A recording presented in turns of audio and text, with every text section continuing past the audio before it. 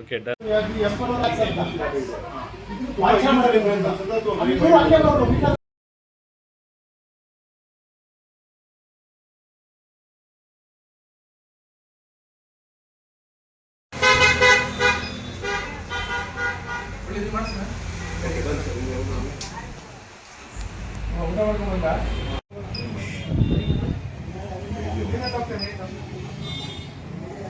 ನಾವು ಹಾಲು ತಗೊಂಡು ಹೋಗ್ತೀವಿ,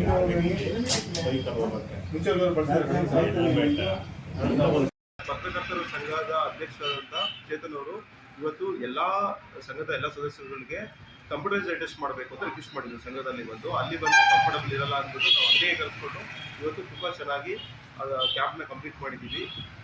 ಮತ್ತು ಯಾರಿಗೆ ಸಮೀಪ ದೃಷ್ಟಿ ಸಮಸ್ಯೆಗಳಿದೆ ಅದಕ್ಕೆ ಅವ್ರಿಗೆ ಇಮಿಡಿಯೇಟ್ ಆಗಿ ಇವಾಗಲೇ ಕ್ಲಾಸಸ್ನ ಇಶ್ಯೂ ಮಾಡಿದ್ದೀವಿ.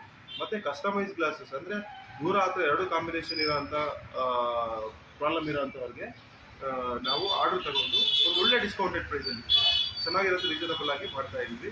ಇಫ್ ಇನ್ ಕೇಸ್ ಇನ್ನೂ ಯಾರಿಗಾರ ನೀಡಿದ್ರೆ ಅವೆಲ್ಲ ಬಂದು ಇದನ್ನು ರಿಪ್ಲೇಸ್ ಮಾಡ್ತೀವಿ. ನಾರ್ಮಲ್ ಆಗಿ ಎಂಬ ರೀತಿಲಿದೆ. ಕಾರಣ ಪತ್ರಕರ್ತರು ಎಲ್ಲ ಸಮಸ್ಯೆಯನ್ನು ಸಹ ನಿಷ್ಠುರವಾಗಿ ಕ್ರಮಬದ್ಧವಾಗಿ ಸಮಾಜಕ್ಕೆ ತಲುಪಿಸುವಂತಹ ನಿಟ್ಟಿನಲ್ಲಿ ಕೆಲಸ ಮಾಡ್ತಿದ್ದಾರೆ. ಆದರೆ ಪತ್ರಕರ್ತರಿಗೆ ಸಂಘಟನೆಗಳಾಗಲಿ ಇನ್ನಿತರ ಸರ್ಕಾರ ಉದಾಸೀನ ಮನೋಭಾವವನ್ನು ತೋರಿಸಿದೆ. ಅವ್ರ ಮಾಡಿರೋ ವರದಿ ನೋಡಬೇಕು, ಆದರೆ ಪತ್ರಕರ್ತರ ಆರೋಗ್ಯ ಆಗಲಿ ಅವರ ಆರ್ಥಿಕ ಪರಿಸ್ಥಿತಿಯನ್ನ ಯಾರೂ ಪರಿಗಣಿಸ್ತಿಲ್ಲ. ಇವತ್ತು ನಂದನ್ ಆಪ್ಟಿಕಲ್ಸ್ನ ಮಾಲೀಕರಾದ ಪ್ರೇಮ್ ಅವರು ಮಾಡ್ತಿರೋ ಒಂದು ಸೇವೆ ಅತ್ಯಂತ ಉಪಯುಕ್ತವಾಗಿದೆ. ಈಗ ಮೊಬೈಲ್ನಲ್ಲಿ ಸುದ್ದಿ ನೋಡಬೇಕಾಗುತ್ತೆ, ಪೇಪರ್ನ ಓದಬೇಕಾಗುತ್ತೆ. ಅಂತ ಸಮಯದಲ್ಲಿ ಪತ್ರಕರ್ತರಿಗೆ ಕಣ್ಣಿನ ನೋವಾಗಿರ್ಬೋದು, ಇನ್ನಿತರ ಪ್ರಾಬ್ಲಮ್ ಸೃಷ್ಟಿಯಾಗೋದು. ಆ ನಿಟ್ಟಿನಲ್ಲಿ ಇವತ್ತು ನಂದನ್ ಆಪ್ಟಿಕಲ್ಸ್ನ ಮಾಲೀಕರಾದ ಪ್ರೇಮ್ ಅವರು ಉಚಿತ ಕಣ್ಣಿನ ತಪಾಸಣೆ ಮಾಡಿದ್ದಾರೆ ಹಾಗೂ ಉಚಿತವಾಗಿ ಕನ್ನಡಕ ನೀಡಿದ್ದಾರೆ.